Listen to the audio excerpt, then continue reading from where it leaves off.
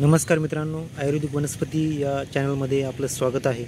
तर मित्रांनो, आज आपण पाहणार आहोत की मूतखड्यावरती घरगुती उपाय कोणता करता येईल. तर या ठिकाणी बघू शकता हे व्हिडिओमध्ये हे आहे शेवग्याचं झाड आणि त्याची ही पानं आहेत. तर मित्रांनो, हे शेवग्याचं पानसुद्धा मूतखड्यावरती खूप छान उपाय आहे, घरगुती उपाय आहे. तर तो उपाय कसा करावा तर ते आपण आज बघूया. तर मित्रांनो, रोज सकाळी रिकाम्या पोटी आपल्याला हे शेवग्याची पानं घ्यायची आहे. साधारणतः 4 ते 5 ग्राम किंवा 4 ते 5 ग्राम तुम्ही घेऊ शकता.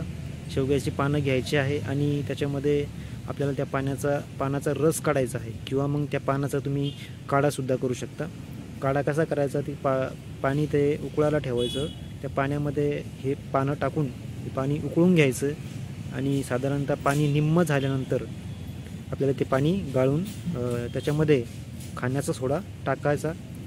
साधारणतः 2 ते 3 ग्रॅम खाण्याचा सोडा तुम्ही टाकू शकता आणि खाण्याचा सोडा टाकल्यानंतर हा दोन्ही मिश्रण एकत्र करून ते तुम्हाला रोज रिकाम्या पोटी प्यायचं आहे. साधारणतः 7 दिवस हा उपाय जर केला तर तुमचा मूतखडा निघून जाण्यास त्यामुळे मदत होईल. तर मित्रांनो, हा खूप सोपा आणि साधा घरगुती उपाय आहे.